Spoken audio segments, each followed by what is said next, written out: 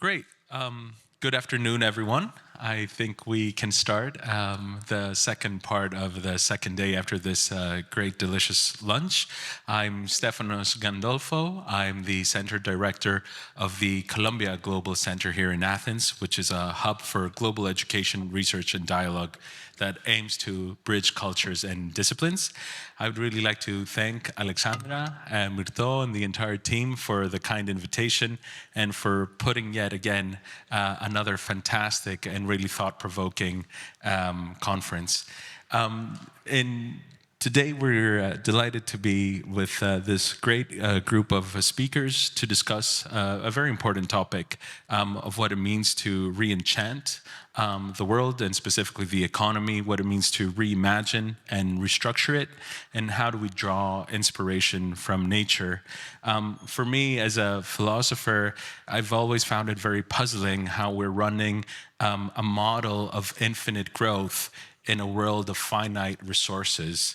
How do we take this linear mode of production and turn it into a circular mode? How do we change that geometric structure of our economy? And ultimately, where do we draw our inspiration from? What is the center? Is it ourselves and our needs and desires? Is it something else beyond ourselves? Is it the divine? Or is it potentially nature itself? So to discuss these issues, both conceptually, but also with very concrete examples, we really have the pleasure of having a very distinguished group of speakers. To my left is Ruth DeFries. DeFries, Professor of Ecology and Sustainable Development at Columbia University and co-founding Dean of the Columbia Climate School. Ruth is a member of the U.S. National Academy of Sciences and has received a MacArthur Genius Award. So she is officially a genius, and she has published more than 2 scientific papers on a wide range of issues, including food sustainability, and some of her most important books are titled The Big Ratchet: How Humanity Thrives in the Face of Natural Crisis, and What Would Nature Do? A Guide for Our Uncertain Times. To her left is Emmanuel Stratakis, who is the research director of the Institute of Electronic Structure at the Foundation for Research and Technology in Crete, and he has a PhD in physics from the University of Crete and is the CEO of a company called Biomimetic, which develops technologies that mimic the structures and functionalities of various species found in nature, thus transforming materials that are very familiar to all of us, such as glass and metal, into things that look completely different. So I think we look forward to hearing more about that. And to his left is Vasilis Stenos, who is the founder of Solmeia, which is an agri-biotech startup producing plant-based premium proteins for several food and non-food applications. And Vasilis is also a Columbia alumnus he has an MSc in Earth and Environmental Engineering and has also received extensive training at the Columbia Business School. So in the interest of time, since I would also love for us to have the opportunity to interact with the audience, I'd like to ask you to be as brief as possible. I know that can be hard because you have all done incredible things and you really do have quite a lot to say. But I'd like to start with you, Ruth, and to give us the larger context. And what do we really mean when we say inspired by nature? What lessons can we take from nature and apply them to the current world? And perhaps some concrete examples might help us understand this better. Thank you. This is a wonderful gathering, a wonderful opportunity to be with like-minded people, and thank you for the opportunity to share this time and space with you and share this afternoon session. What I want to do is expand on the discussion we had before lunch about the bioeconomy, which was so fascinating, the lab work, the work in the villages to make that actually real on the ground. And I want to discuss now at a different level, at a systems level, about what we can learn from nature about how we organize ourselves, how we organize our economy, how we organize our society so that we can have that mind shift that we discussed this morning and can make all of those wonderful initiatives that we heard about this morning a reality and part of our economy. So what I want to do is share with you a couple of principles that I pull out that we learned from nature. And one of them is this. So what you're looking at here is a kale leaf from my garden. And you can see that I'm really not a very good gardener because these caterpillars, like that one up there, I don't know if you can see it, has eaten a lot of holes in this kale leaf. But still, despite the caterpillars eating the holes, that leaf is green. The veins in that leaf are still delivering sugars and water throughout the leaf, which is the role of those veins. And if you look very in detail at the way those veins are organized in themselves, you'll see that there's a lot of loopiness. It's not efficient structure for those veins. So what we learned from nature, one of the many principles, is that efficiency, which is such a paradigm of our modern economy, is really not the only thing that matters. What matters really is survival and resilience. So having all of those fine veins, many routes you can take, many ways to get from point A to point B through those veins, those fine veins, tells us that nature, which has been with us for billions of years, has landed on the intelligence that it is worthwhile investing in some redundancy, and efficiency is not the only outcome that matters. And we have learned this. During COVID, we learned this. Remember all that discussion about redundancy in supply chains and food sovereignty, which may not be the most efficient path, may not be the most cost-saving path, but if we look to nature, we will see that this kind of redundancy in the way we organize our networks in our economies can give us resilience and get us through crises like getting chewed into by a caterpillar or any of the other many calamities that can befall our economy. So we have a next. Okay, so another principle here comes from this termite mound. So this is a termite mound in the dry tropical forests of central India. And it's beautiful. It's gorgeous, isn't it? And it is a marvel of engineering and a marvel of architecture. And how do the termites know how to build this incredible structure? Well, they don't really. There's no blueprint. There's no grand design. There's no architect sitting on high telling the termites how to deposit the dirt to make this incredible structure. And that's how nature works. Nature works from the bottom up. Each termite is just following its own instincts, following what is right in front of it.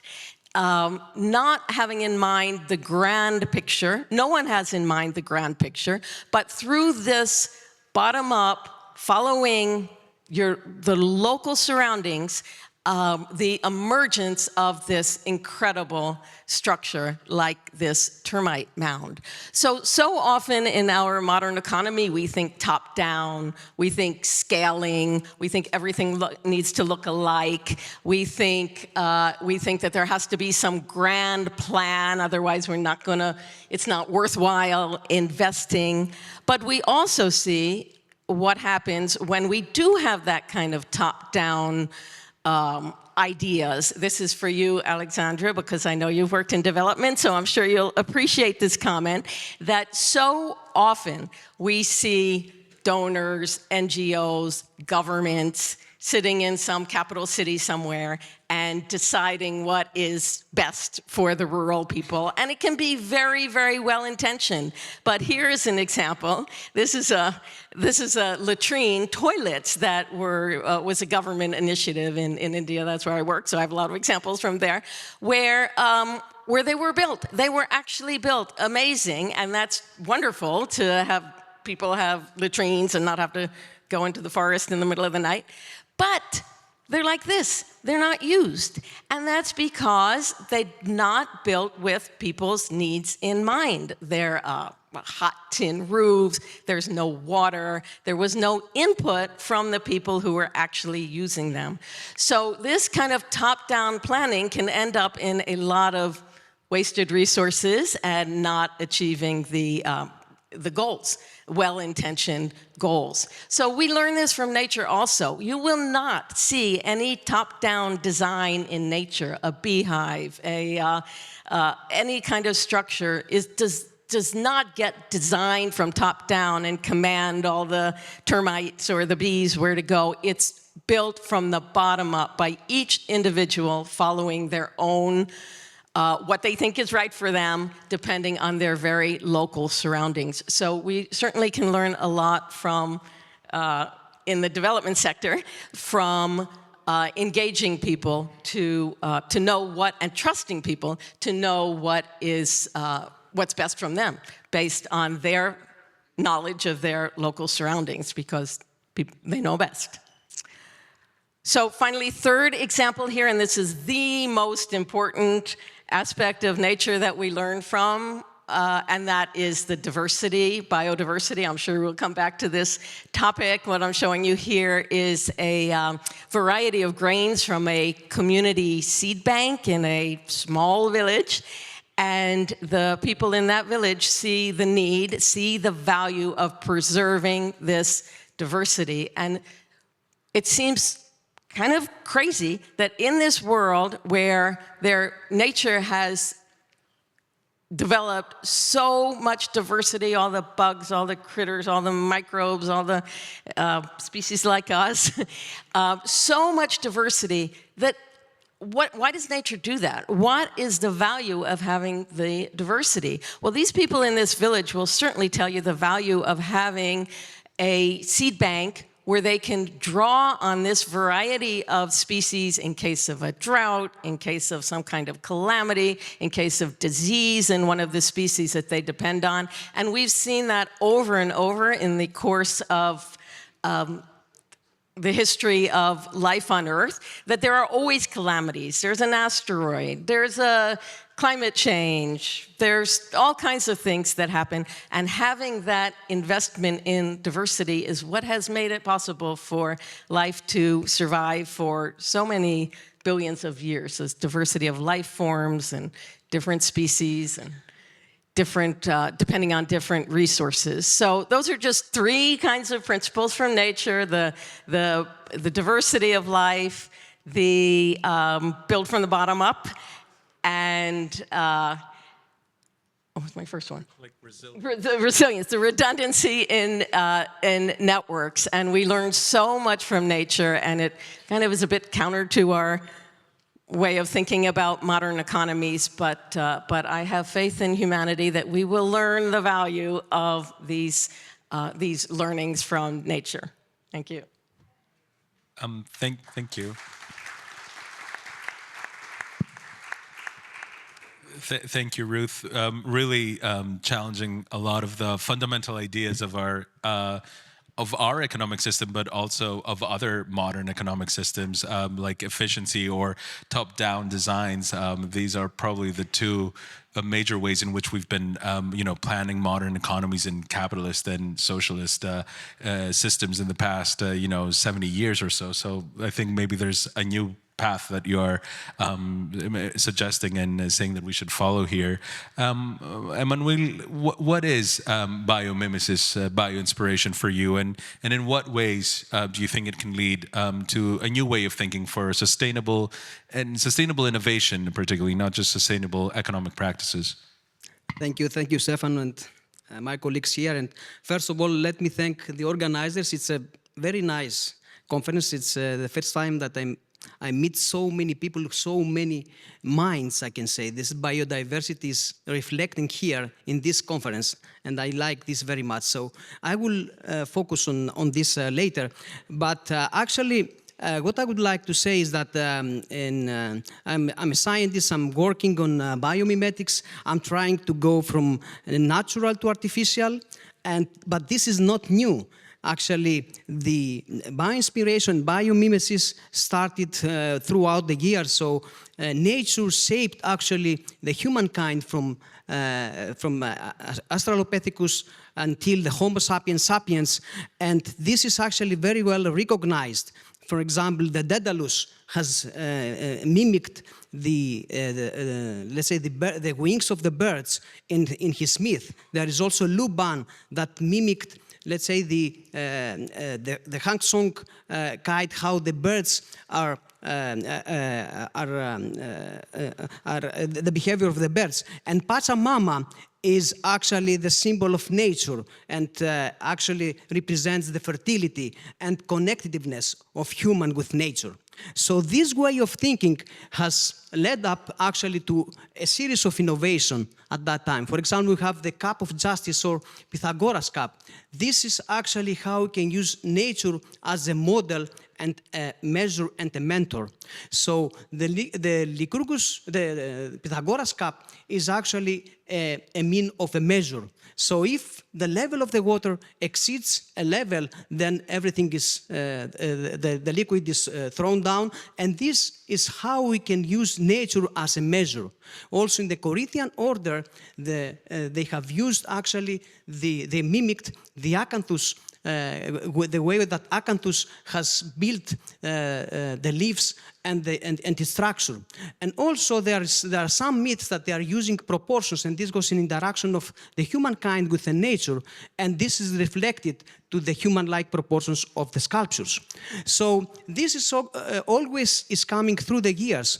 And actually, nature goes from, the humankind went from a way of thinking to real innovations. For example, from the Luban philosophy, we have the Hang Song Kai technology, the fish scale armor, and the umbrella that has mimicked the superhydrophobic properties of the lotus leaf. And this is the way that people back in the old years has invented umbrella. Also based on the Andes, actually Pachamama inspiration, we have the Varu creation of highly sophisticated irrigation and cultivation systems that are rising in Andes, and also a sophisticated way to create bridges that is inspired by natural fibers. So nature is a model, mentor, and measure, and this is reflected to present innovations that I show you here. So for example, in my environmental engineering, we mimic the morphology that nature chooses in order to create coral rocks, and this is imitated for environmental engineering. And you can see Econcrete, for example, is using a special type of cement in order to mimic this morphology and also the functionality of coral rocks.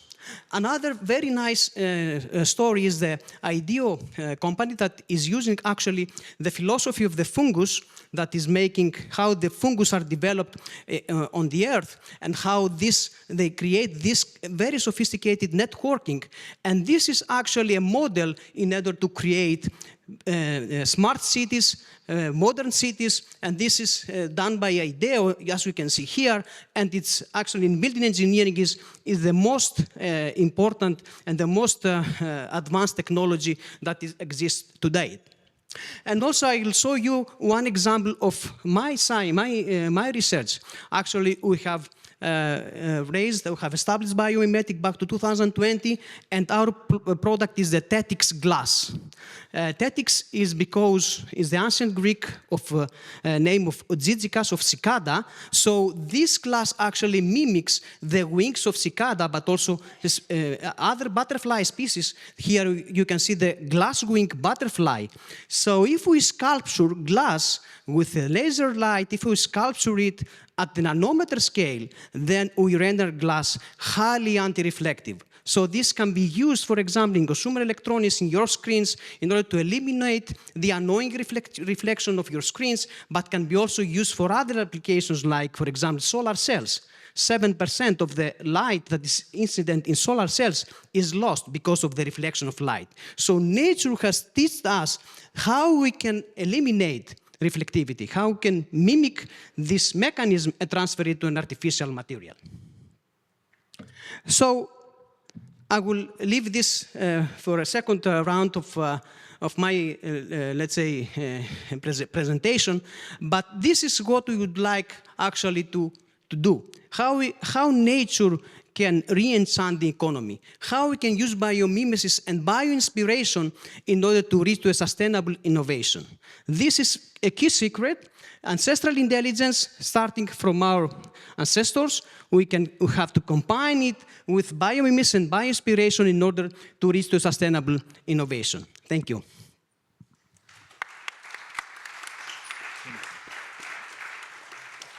Thank you, Emmanuel, and I think we will definitely come back to that key phrase that you had at the top of ancestral intelligence. Given that there's all of this discussion of artificial intelligence and how we're all going to be living in a digital cloud soon, but since we're not there yet and we're still embodied creatures, and therefore we still depend on food, and our economy still depends on food, even though we tend to forget that. I wanted to ask you, Vasilis, from your experience of running Solmeia and everything that it does, how can nature-inspired biotechnologies like yours, reshape the global food systems that we have in place while addressing, some of the biggest climate challenges that we have ahead of us? I was about to just thank you for hosting me so nicely and welcoming me at your panel. But given this very inspiring transitional question of yours, I have to just congratulate you for your creativity. It was a very nice one. So, being an environmental engineer, I have been working for quite some years on this particular concept that we're trying to illustrate through this video to all of you. I know none of your backgrounds, but what I know for a fact is that by being here today, you must be a very cool crowd. So thank you all for allocating your time and your consideration towards understanding what we do. In a nutshell, and answering, of course, to the question that has been placed, we try to ensure food for us all through carbon dioxide. So we take the carbon dioxide, same way that nature has been doing since ever, and we just intensify this process so that we increase the conversion rate of the CO2, of the carbon dioxide, right from the emitting point, so we domesticate the way food is being produced without harming further the environment. As an output, you end up having food ingredients, healthy, safe, sustainable, not genetically modified, not poisonous, very highly functional, like spirulina that most of you might already know, with no color, no smell, no taste, but the way it is being produced is, again, very efficient and ensures that the Mother Nature will never get harmed by us. In real numbers, for every kg of biomass or proteins that we're producing, we end up eating 6 kgs of CO2. So we try to decarbonize the way food is being produced, decarbonize economies, one sector at a time, and God first, one day also decarbonize nations. So moreover, we try to de-evilize also the profitability of the humanity. So getting inspired by nature, we again try to accelerate the CO2 assimilation towards food production without harming, again, the profitability of the inevitable CO2 emitters. And going back to some of the discussions that we had earlier this morning, this question of what's the role of profit, I think is very important. And there was this word that was used that we need to be profit-oriented, which I thought was very interesting because it was not profit maximizing.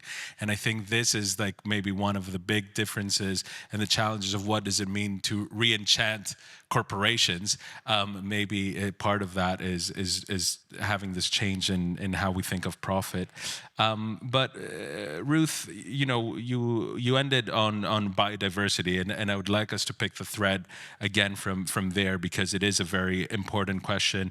Biodiversity, we understand that it is important not just for other species' sake, but also for humanity's sake, and particularly to questions of sustainability and resilience when it comes exactly to our food production. So could you tell us a little bit more about that? So over the last few decades, our global food system has become dependent on a fewer and fewer number of species. There's about 7,000 species in the world that people have used for food. And at this point, there's 3, corn, wheat, and maize, that provides over half of the calories for humanity. That's a very shrinking diversity that we are depending on for our most important resource. Where would we be without food? We'd be nowhere. And that is really pretty concerning. And if you expand that out, maybe 12 species provide about 3/4 of all the calories that humanity consumes. So that is putting us in a very vulnerable position with climate change, with disease, with who knows what, with geopolitics, to be so dependent on a few number of species and a few high-producing regions of the world that a lot of countries depend on for their imports. That's a pretty vulnerable situation. And we have this incredible diversity of species that we can use for food, but many have been neglected. You might call them orphan species, neglected and underutilized species, all kinds of terms for these species that are falling by the wayside. Now people are starting to call them opportunity species, a bit euphemistic.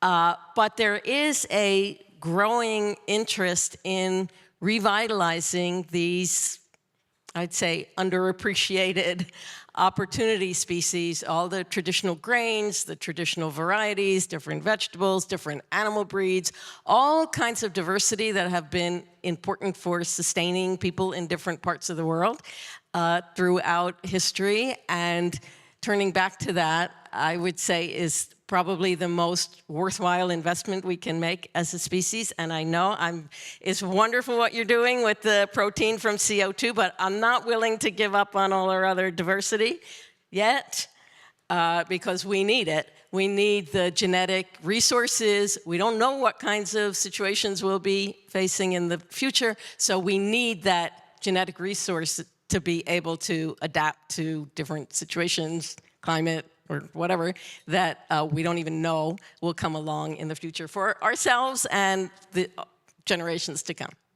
But that's incredible. I mean, 12 species giving 75% of our calories. And then we have, Vasilis' company that it's like taking it even from something that's not alive, if I understand correctly, right?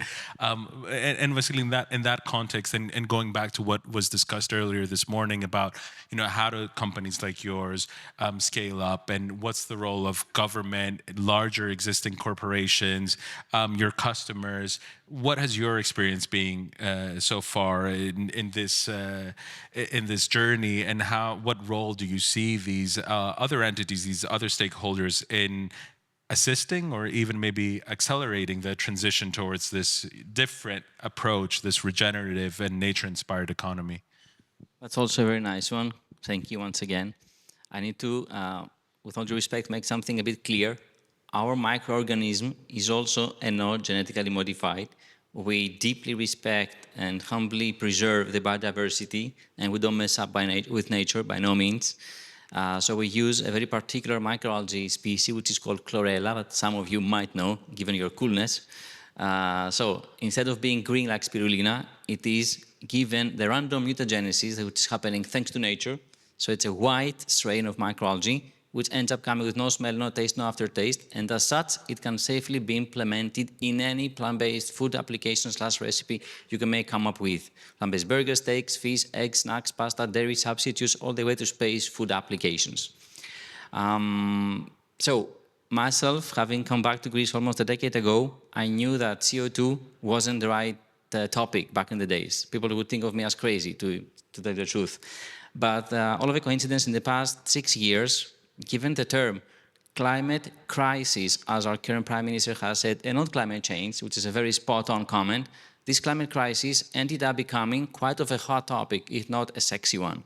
So this climate crisis is at the right momentum for us to work on. So given the CO2, the carbon dioxide utilization initiatives that exist, at least pan-Europeanly, as well as in our country, we'll try to take any possible advantage and set up this team. I cannot abstain from highlighting, with all due respect again, a very reputable, if not our country's most reputable research center is called Demokritos. It's in Agia Paraskevi for the ones who don't know. So the president of this research campus gave us the honor and allowed us to develop the big scale of our infrastructure within this research center. And we, after that, managed to already bring into Greece brilliant scientists and engineers from 13 different countries. People from America, from Brazil, from India, and throughout Europe ended up selecting Greece so as to pursue a professional career given their academic background in biotechnology and bioscience. Those, let's call it professionals, as you may guess, could have gotten paid 3 or 4 times more hadn't they been in Greece. Still, they are here, they enjoy the wonderful tradition, conditions, whether or not that we have, as well as the vision, because we do come up with a very strong vision. Again, thanks to the government, thanks to Research Center Demokritos, so as to develop something that doesn't exist anywhere in the world. Produce safe food out of carbon dioxide with a multiplying effect, of course, outside of Greece. So first time ever, we have this crazy idea, and we're extremely, I would say, goosebumpingly dedicated to make it happen, to export innovation, export know-how, thanks to our patents already in America and Europe, about how we can, again, de-evilize the profitability. Well, and we have the pleasure of having here with us the head of Demokritos, Mr. Nunes, who on the coolness scale, I think is at the very, very top. So thank you for being here. And I'd like to close before we open up to the audience. Emmanuel, I really liked how you brought examples from 3 different cultures. And I think maybe you did that, or I read that as showing how our shared humanity, through time, we've had this, I think, what you call ancestral intelligence, which I'd love to hear more and try to understand what role it can have in biomimesis and bioinspiration. Thank you very much. And actually, as I mentioned before, there is interrelation of the humankind with nature from the beginning of human existence, and this actually Aristoteles mentioned that this interrelation is strictly connected with arts and humanities. So Aristoteles mentioned that the arts and humanities, the arts are techn, is complementing nature, and that nature does nothing do in vain. So nature, he believed that nature is directly related with the humankind, and this is a kind of ancestral intelligence that we have to take advantage with for future innovations. For example, if we combine the bioinspiration, biomimetics with this ancestral intelligence, we can create a new cognitive model, a new way of thinking. And this is what we need in the era of an artificial intelligence. There is a need of new ways of thinking, new models of thinking. And philosophy and art and humanities have to play a significant role towards this direction. So through the osmosis of the technology that I'm representing with arts and humanities, we can create new models of thinking. And this is actually a new way to compete artificial intelligence. So this combination actually can give us to what we say today philosophical engineering. So we do this experiment in my lab, for example. We are hosting students from the philosophy departments. We have 2 students from the philosophy department in Ioannina. They come to our lab and they do this interaction with the people that produce the technology. So this osmosis brings about new ideas, new ways of how to reach innovation, new ways of how to reach innovation in a sustainable big way. The sustainability is what nature is teaching us, because this is the most sustainable system is nature. So this is what we would like to accomplish, and we are focusing very much on education. We need new centers, new islands of education that will teach the future scientists in order to facilitate this osmosis. Yeah. And this osmosis is the secret to future innovation. And Manuel, I really like this point. I mean, I come from the humanities. My field is Chinese philosophy, and first of all, I think unfortunately the humanities and the sciences are often pitted against each other, and quite literally in terms of financial resources. And we are seeing this particularly in U.S. universities, where there's increasing defunding for the humanities, is saying that we need to fund more the sciences without seeing the potential that the humanities have in offering to the sciences, the natural sciences, and in innovation, and particularly now at this juncture of artificial intelligence. And just to give one more example, another intercultural example of that, in the field of Chinese philosophy, Confucius is a towering figure, and we talk about Confucian ethics and perhaps Confucian metaphysics, but it's not commonly known, but there is a huge field as well of Confucian engineering, and how do you manage rivers, which was a perennial problem that the Chinese had, and one solution that has come up and has been rebranded for the 21st century is called the sponge cities, which is what Chinese are doing in order to deal with huge flooding. And that is actually all inspired from Confucian, ancient Confucian texts. So I very much agree and see to your point. I'd like to open it up to the audience, and specifically to invite one member of the audience, Desiree Drusinar, who is a writer and biomimicry educator. Yes, please come join us on stage, who has been living in Greece for several years and is an expert on everything that we're talking. So Desiree.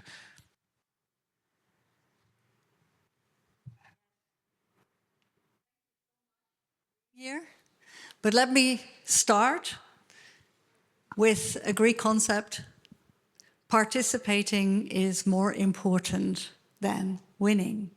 So let's stand up.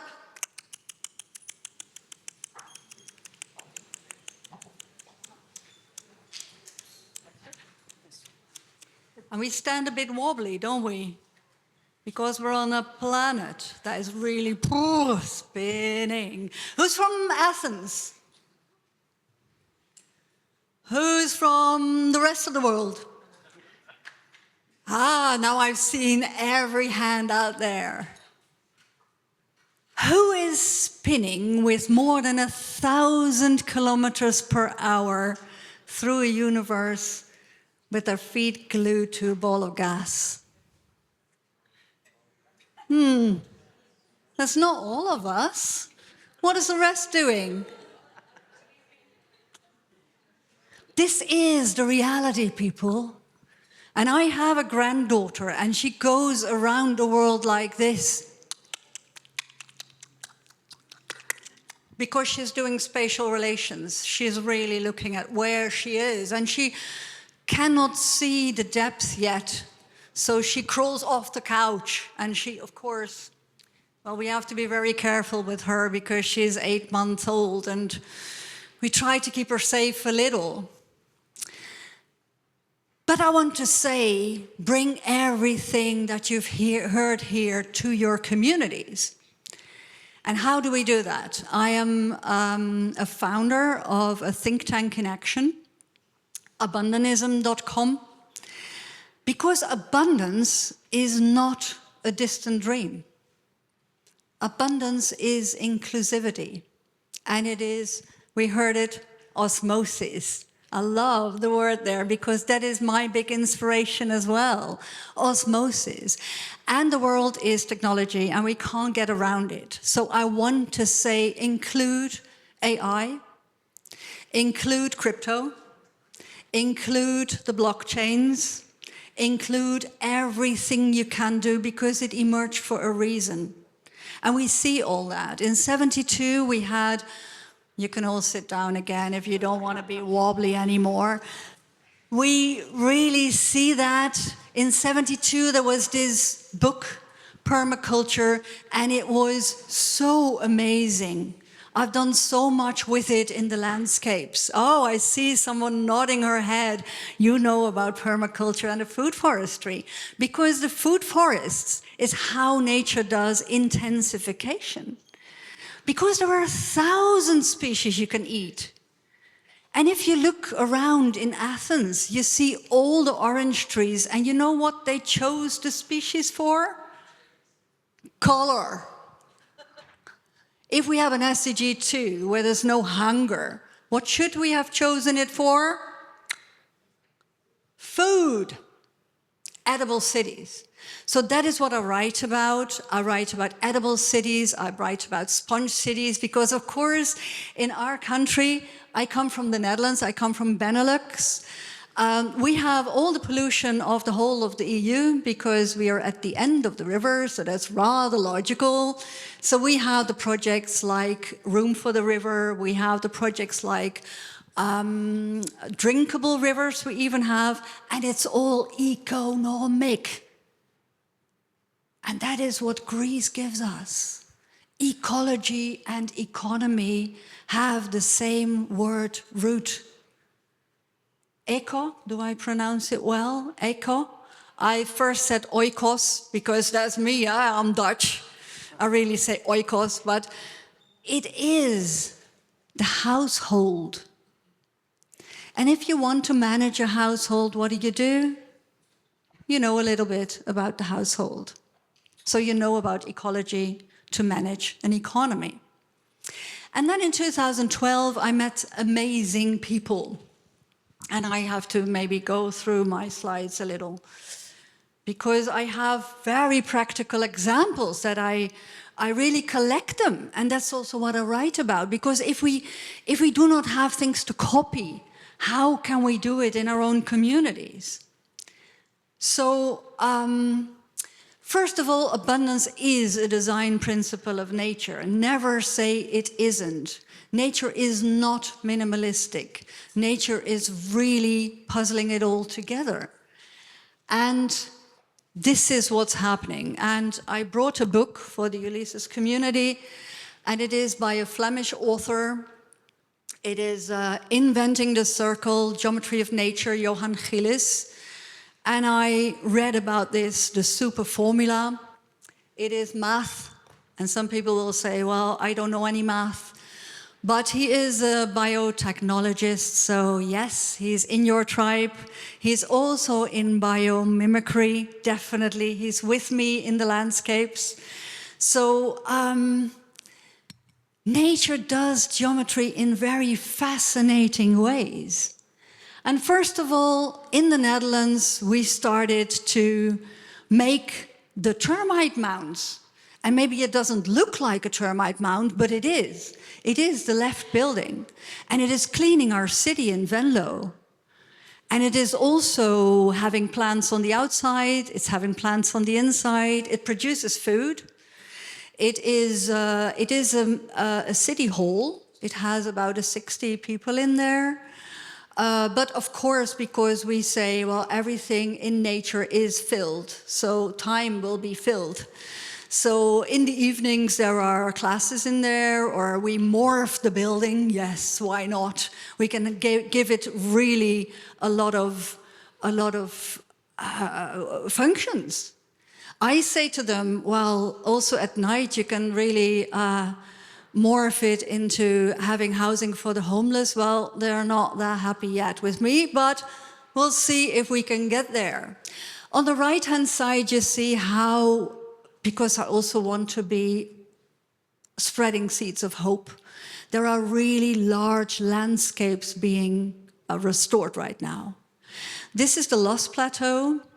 I've been with John D. Liu, who has been restoring that with permaculture principles, with whole teams of ecologists in China, and it is the size of all of the Netherlands and Belgium together. And it's just been restored. 12 years. And now there's a whole local economy with resources and everything done. And it's copied in India, it's copied in Ethiopia. At this moment, they're working on the Sinai Desert. And if you think about the Sinai Desert and regreening a desert, deserts are necessary for the ecosystems. But this one, well, they did the research, and it has been, the topsoil has been flooded into a lake. So then a Dutch team, holistic water engineers, they said, okay, we'll get it out of the lake, get it onto the land again and then make an Egyptian economy. So that is really fascinating. We also do cluster projects, and in 2023 we won a hackathon in Brussels with fire solutions, wildfire solutions. And in this audience is also a very special landscape architect. James, are you here? Are you? Wow, he's not standing up. Okay, but you will meet him. He is here. He is doing the Miyawaki method, because with landscapes you can do, you can use void, you can use design principles to have no fire. And that is fire breaks. It's as simple as that. And of course, you also use AI, and you also use tokenization, and you also use blockchains. You use AR for the edutainment, which is really interesting.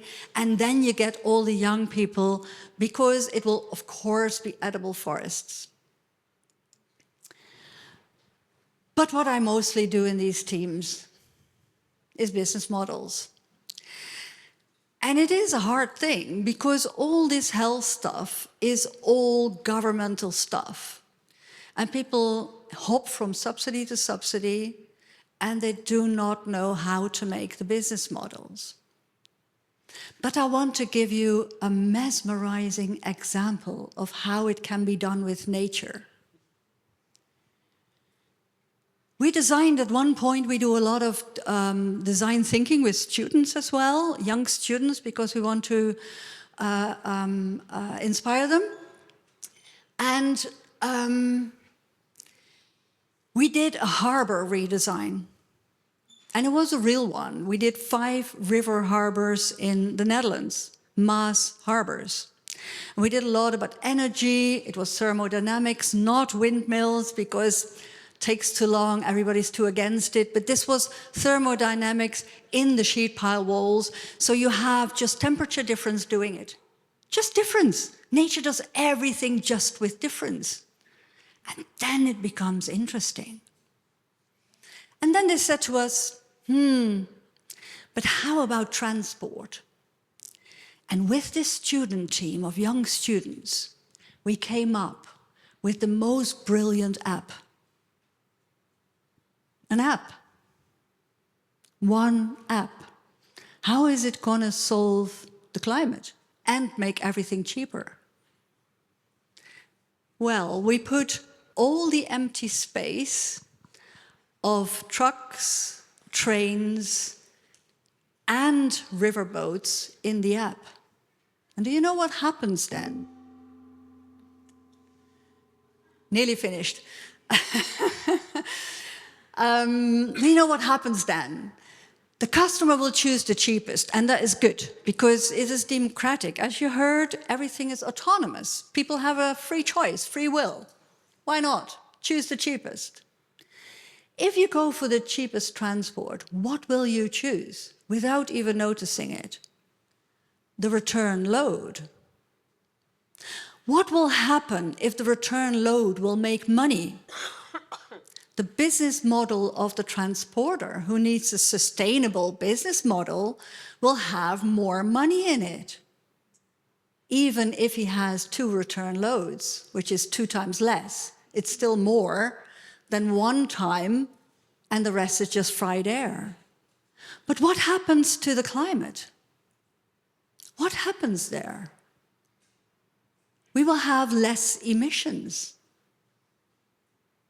Why? Because nature does do efficiency in a brilliant way. We have less transport movements. And that we will not transport empty air, and that is brilliant how the young students now do it. These are some of the shoulders we stand on. We'll recognize the ones that have been mentioned before, out of biomimicry, out of blue economy, out of green economy, out of... But this book, really also for the people from yesterday, from neurosciences. Next year we will do a project with apps and neurosciences with a neuroscientist and nature's math, and it will bring everything to the public in a way that is mesmerizing, and I really hope for our future that everybody will participate in this kind of dynamic designs. Thank you. Thank you. Great. And with that and the two gongs that we heard, I take it that it's time. So I'd like to thank you all for your incredible contributions and to thank you all for your attention. Great. Thank you.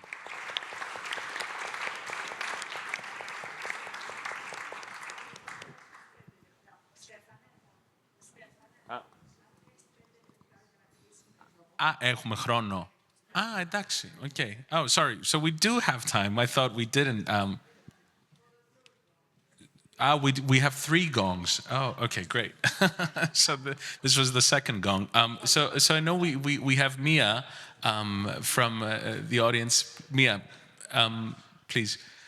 I also thought we were done with this session, so I hope this works. It does. Thank you.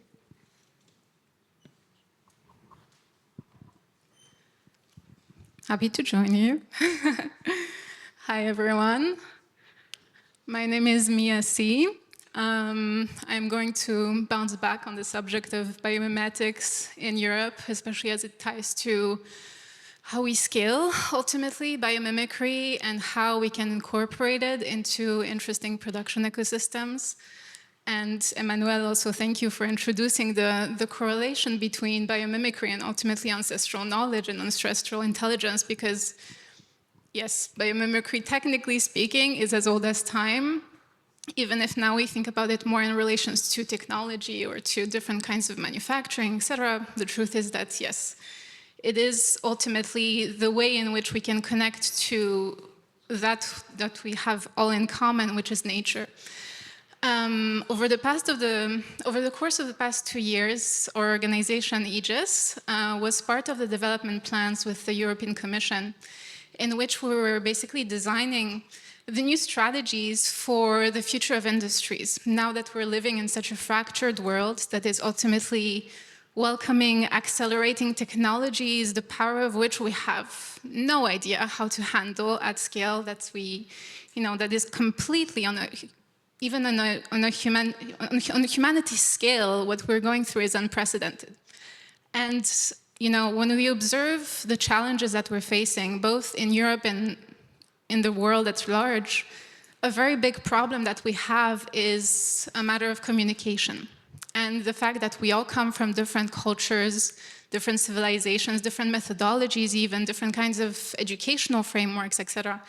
And basically the question really was, how do we piece everyone together to try to unite towards the kind of future that can allow us to accelerate safely, but also ultimately reconnect despite our differences.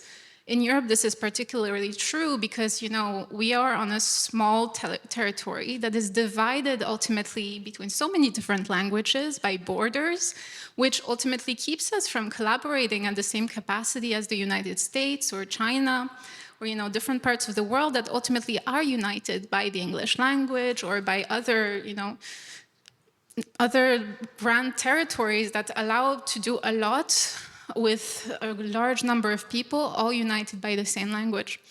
And I'm very proud to say that we have been pushing for the implementation of biomimicry and biodesign at large as a way to really create a shared language in Europe, as a way to really build the foundational building blocks of what we call the 5th Industrial Revolution. And I'm very happy to say that we did manage to implement this in the primary frameworks that are now being launched to basically prepare us for the acceleration of deep tech and the democratization of human centricity.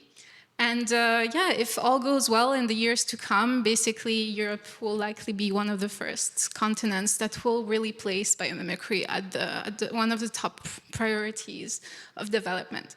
And if I may add also, we are also on Team Demokritos right now with you, Vasilis, in the sense that we're going to be developing now what is ultimately an institute of polymathy, where we are going to try to branch together humanities with sciences, with arts, with also startup development and incubation. And ultimately, the truth is that biomimicry will likely be the tying thread between all of this. So we're very happy to see where it goes and how it develops, and we hope that we can connect with many of you. This is great. I mean, this is what the forum is, like all of these connections being brought together and growing, and this is what really the value of bringing everyone here is, Alexandra. Do we have 2 minutes for questions, or is the third gong about to go off? Yes, I take maybe as a definite yes. So are there any questions for our panelists from the audience? Comments, remarks? Yeah. I just want to say I especially If we can get a microphone, sorry. Okay. It's right behind you, I think. Thank you. Thank you. If you could tell us who you are. My name is Robert Forte, and I also come from the humanities, a scholar of the history of religion, and especially the history of psychedelic plants and drugs.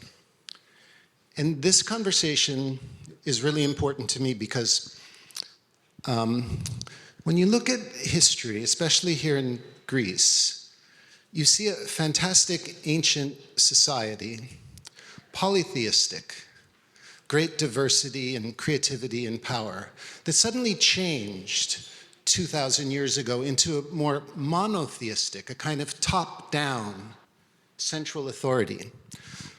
So to shift to psychedelics, this renaissance that we're having, we've known these things about psychedelic plants and drugs and their remarkable religious and therapeutic potentials.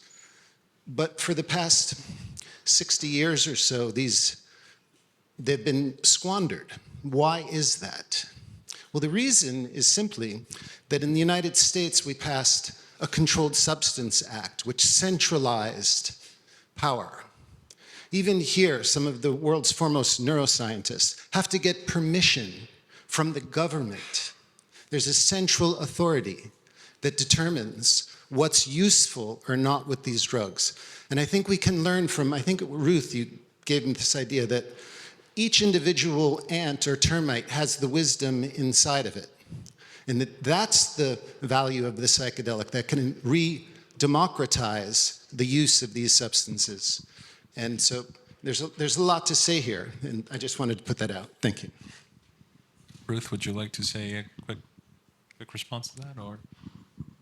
No, I'll only say that thank you for that and tying together these threads from yesterday and today so beautifully. And I will just say that I think the more our modern economy is tested with climate catastrophes, political breakdowns, pandemics, all sorts of shocks, the more and more quickly we will learn that these principles from nature stand us in good stead. Okay, so okay, wow, okay, there's let's take these two last and yeah. Thanks.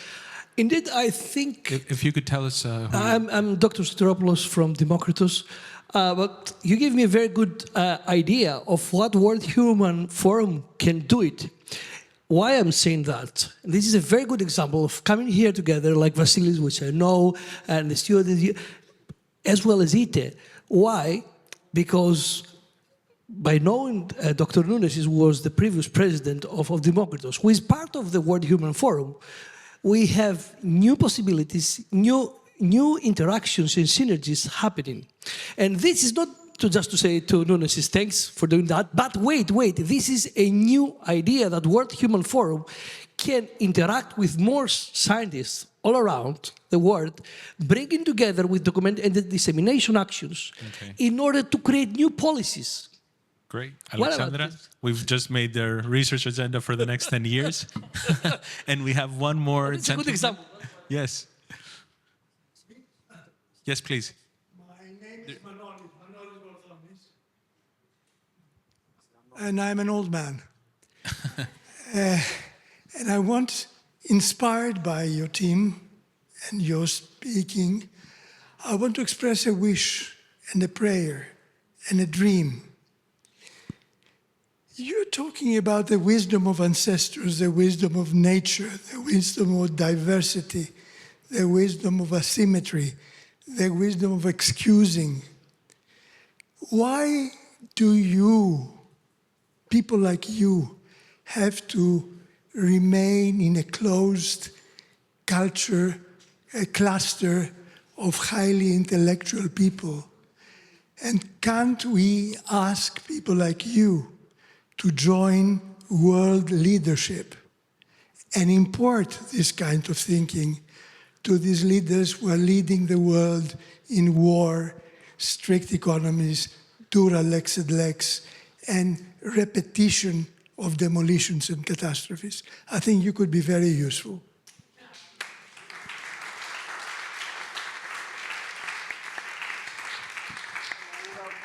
I'd like to be president, yeah. Well, no, thank you for that. And thank you all for your participation and your contribution. And thank you, Alexander, for everything. So we'll continue with the next. Thanks.